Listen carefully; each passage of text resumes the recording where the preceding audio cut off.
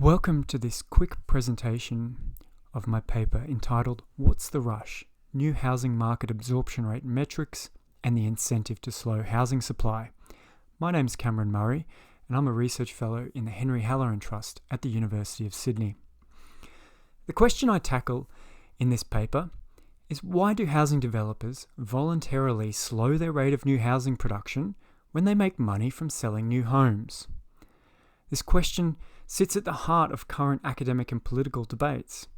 You may have heard that planning and zoning has large price effects in housing market because it reduces the amount of supply. But to really understand housing supply, we have to consider a concept known as the market absorption rate.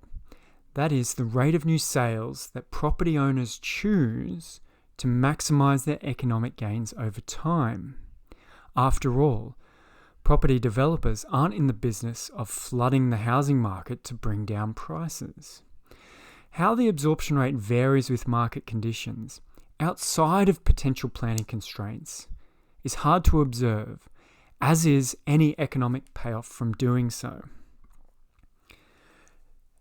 Many government reviews for the last decade have looked into the issue of housing supply. They've been motivated by the economic theories that housing supply is being hindered by regulation and that if regulations were changed, property owners would accelerate the rate at which they supply housing. However, the Letwin Review in the United Kingdom in 2018 found a bit of an issue when it comes to forcing developers to build faster. They said it would not be sensible to attempt to solve the problem of market absorption rates by forcing home builders to reduce the prices at which they sell their current homogeneous products. So what we find is that this Letwin Review and many others have found that there is a built-in speed limit on the rate of new housing supply that depends on market conditions.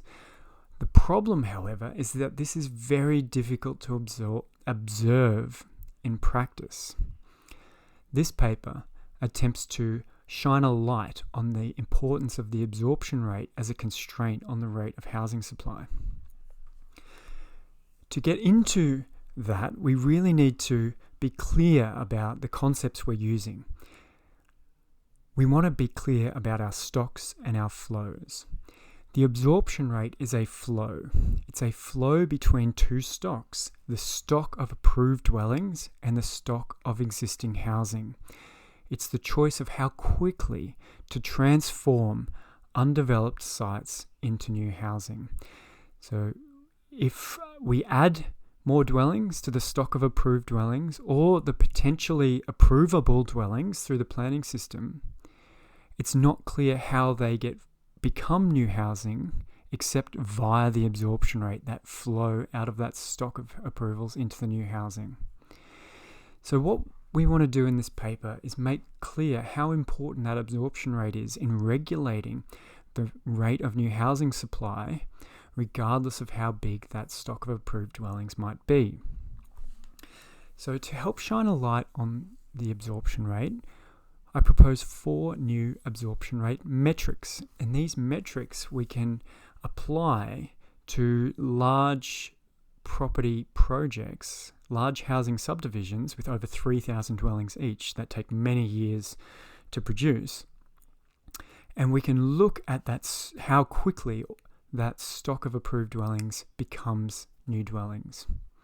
So the 4 metrics are the development rate ratio, development rate variability, the delay premium ratio, and delay premium variability.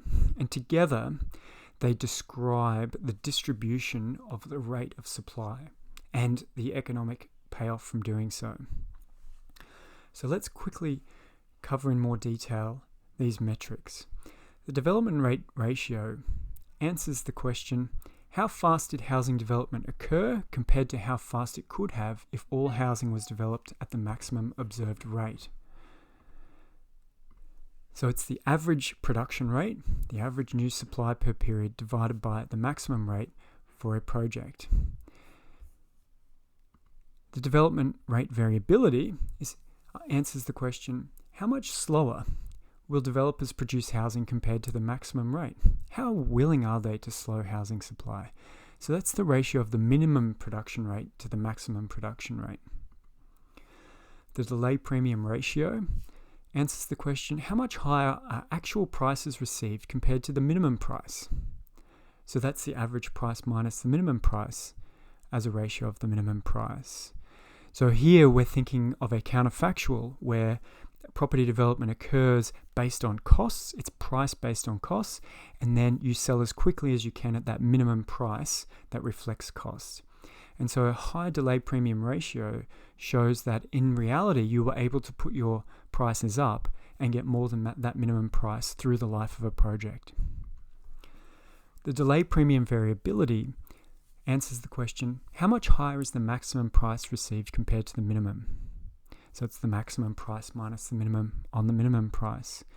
And here, typically the maximum price is towards the end of the project, and we can think of this as the premium, the pure premium to delay. It is, for example, how much extra value is there to selling a dwelling if the project was delayed from the beginning of this project to the next. If we had an additional stage in a project, for example, how much extra would that be if we started that new stage at the end of this current project? And that's the maximum minus the minimum. So we apply these 4 metrics to a sample of 9 subdivision projects in Australia that have a huge number of lots. In this table here, the left column is the project name. We have a broad sample from different states in Australia. All of these projects have been going for many years, and we use data up until the beginning of 2020 to avoid any COVID issues, because what we're measuring is the variation in the rate, and obviously in mid-2020 there weren't too many people buying homes. We've got the total lots in the project, and you can see some of these are enormous new towns, for example, Springfield and Aura. And the lots in the sample is the lots we have sales data for, and we do have pretty much all the detached housing lots. We actually, in this approach, look at only vacant detached housing lots. So we're looking at the pure supply of property, and we're sort of netting out the construction sector. We're looking at property, subdivision, and the supply of property. The owners are a variety of companies. Some are publicly listed, some are private, and all of these projects are on the outskirts of Australia's major cities. So here are the metrics. We use, firstly, for the development rate ratio, a 3-month moving average of the rate of supply per month. And we do that to smooth out any idiosyncratic variation. We have obviously summer holidays, we have Easter break, things like that. We want to smooth all that out. So we use a 3-month moving average in the first column, and we can see that the average rate of supply across all these projects is only about 1/3 of the maximum rate using a 3-month average. If we take a 12-month moving average, the average rate over a year is still only 0.44 of the maximum rate over a year across these projects. So the variability is not so much seasonal, but the variability seems to go in longer cycles of 12 months or longer. Development rate variability using a 3-month moving average across these projects is just 0.07. So we're talking the minimum rate is only 7% of the maximum rate across a 3-month period. And even if we use a 12-month moving average for that in the next column, it's only 14% of the maximum rate, the minimum rate. So we can see just how much developers are willing to slow the rate of sales in approved projects, depending on market conditions. Moving now to the economic measures, the delay premium ratio, using a 3-month moving average of price, because we want to smooth out that as well.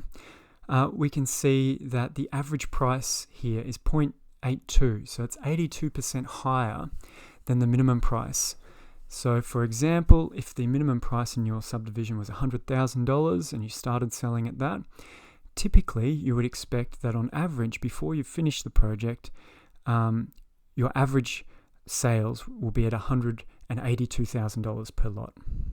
So it's quite a significant increase, and you can imagine that this reveals a pretty substantial economic payoff to delay if you can sell some of your lots at a future time period at a much, much higher price. Now the DPV, the delay premium variability, shows the full extent of this price variation, and here the average is 2.04, which actually means that the maximum price is on average across these projects 200% of the minimum price on a per square meter of a lot basis. So that's a huge amount of gain from waiting. And it shows how foolish a developer might be to set the price at the minimum at the beginning of a project to ensure they cover their costs and then sell as quickly as they can at that minimum price. Because the payoff to varying the rate of supply along with the price through the life of the project can be so large. We convert those ratios into dollar values in these next columns. The DPR times the total production of property, of vacant lots in those projects. And you can see that $61 million, for example, in Atherstone was simply the gain that they got from selling the average lot higher than the minimum price when they started. And for the large long-term projects like Springfield that has been going for more than 2 decades, it's over $1 billion. That's the gain above the minimum. If we look at the delay premium variability, which is the maximum price on the minimum price, this sort of shows how much extra you would have made if you could sell every lot at the maximum price that you received rather than the minimum. And obviously these figures are enormous. And lastly, we can look at it on a per lot basis, and we can see that typically through the life of a project, by varying supply and increasing prices, you're getting $83,000 extra per housing lot. So I think that's a pretty substantial payoff to delay, and there's a huge amount of variation. So I think that's a really good window onto what the absorption rate looks like, how much it varies, and just how large the economic payoff to delay can be. I pulled all the monthly rates of sales from this sample project into this graph just to provide a high level view. The absorption rate metrics, the development rate ratio, etc., they essentially describe the shape of the distribution of the rate of supply. So I think it's worth looking at it as well. And the important thing to remember here is if zoning and planning is the factor that is regulating how quickly housing gets delivered, this graph should be right skewed, but instead it's left skewed. That means that in these approved projects, they should be selling near the maximum rate all the time, because the thing that is limiting them is the planning and zoning, and they are trying to build as quickly as possible. What we actually see is the opposite, that most of the time they sell and develop at a very slow rate, and only in certain unique periods of time do they sell quickly. And we can actually look at an example case here of Atherstone, and we can see that the land price per square meter when they started the project was around $400 in 2012, and it trended slightly down until 2016. But during this period, they were only selling a handful of housing lots per month. It wasn't until 2016 and 17, when the prices started rising, that they actually really started building a lot of housing. And you can see one month here with more than 80 sales, another here with more than 60. So you can see how the market conditions are regulating how quickly they are developing those approved new housing lots.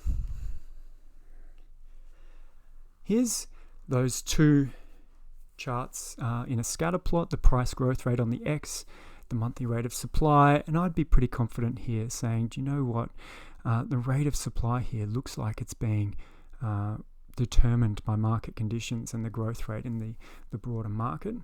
And here's that distribution of sales rates just for this project only. And again, you can see most commonly they sell 3 per month, but some months they sell 50, 60 or 80 properties. But those high sales months are just those boom periods. Here are the charts of the sales per month across the full sample of 9 properties. We can again see that 2017 boom period in Atherstone. We can see it in Manor Lakes.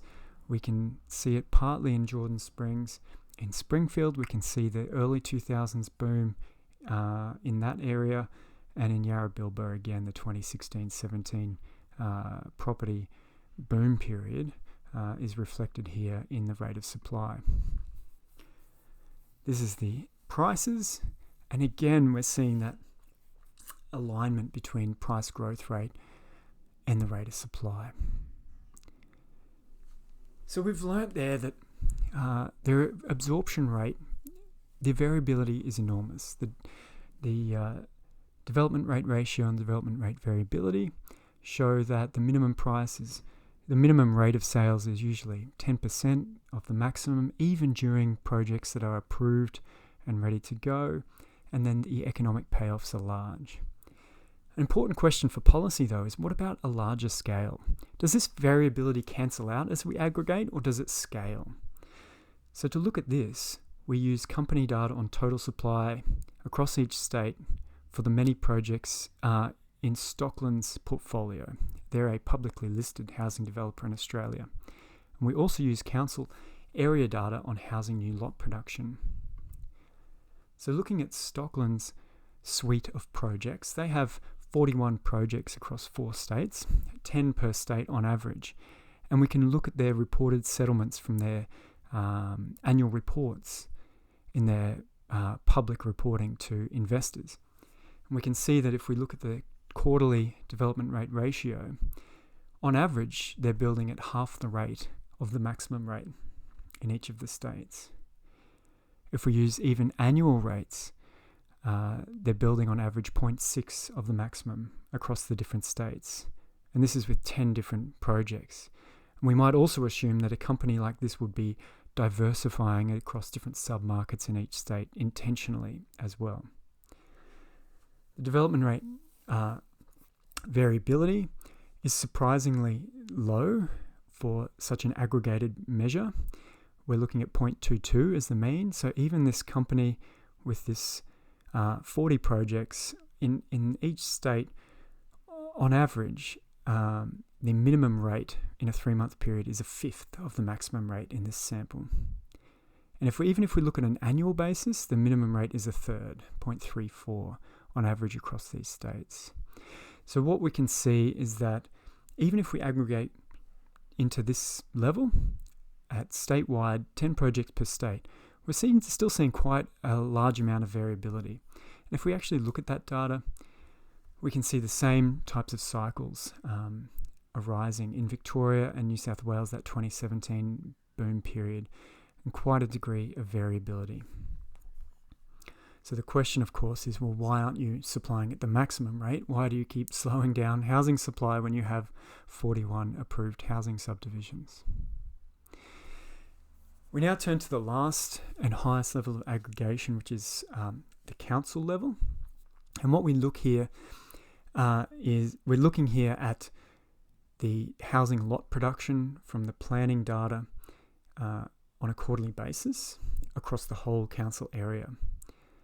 And lot production happens by taking a lot out of the approved stock and producing it and registering that lot with the titles office. If we look at the development rate ratio using the quarterly reported numbers, we can see the average across all these councils is 0.39. That means that the average rate of housing lot production is about 2/5 the maximum rate on a 3-month basis. And if we look at the DRV, development rate variability, we can see that the average here is 0.1, so 10% of the maximum rate. So these are somewhat in line with the project level data that we earlier looked at. They are not too different, despite these councils being quite large. Brisbane Council has nearly 1 million people living in it. So we've got to conclude that the variability does not cancel out. One project sales go down, another project sales go up, but the variability aggregates proportionally and into a large level. The additional factor here is that we can't really exclude that this variability is due to approvals. So the way we address this is we look at the reported approved stock of new dwellings for the detached housing lots only, where we have these information, and this information is collected. And for detached lots only, the mean ratio of new lots produced per quarter as a proportion of that bucket of the stock of approved lots is 0.08 across all councils. So about 8% every 3 months comes out of this bucket into the other bucket, but it varies quite a lot. The other interesting thing is that bucket of approved lots has grown substantially over time in all of these locations, except Noosa, notably, but this hasn't really had a noticeable effect on how quickly new housing gets built. So we've filled that bucket of approved housing lots, but that pipe into the next bucket of existing housing still goes with the market conditions. We can look at that visually. Again, we can see that 2017 peak in most places, Brisbane, the Gold Coast and Ipswich, and we can see the huge amount of cyclical variability in the rate of supply that is not due to planning and zoning, but market conditions. So what? Well, this suite of new absorption metrics has highlighted the central role of the market absorption rate in determining how fast new housing is produced. Housing producers are extremely sensitive to market conditions in their choice of the rate of new supply. They don't just build because the planning system lets them. They build in response to market conditions. This also aggregates up to high levels. The variability between projects doesn't cancel out. The variability of the rate of supply, even at a council level, is very similar to that of a project itself, a single subdivision. Lastly, the financial gains to adapting the sales rates and prices to market conditions are substantial. You're going to make maybe 80% more on average by manipulating that market price and keeping those sales rates down when conditions are soft in the market than doing any other sort of price change or faster housing supply. So in terms of policy and housing supply and what we can do with the planning and zoning system to influence price, what we show here by shining a light on the absorption rate is we show that the question we need to be asking now is, if there is an optimal absorption rate, individually and collectively for new housing in a market, how might planning regulations affect this rate? The point being, if planning regulations are affecting housing supply, they must be doing it via some effect on the absorption rate, because we know the absorption rate is another constraint on how quickly new housing gets built. Thank you very much.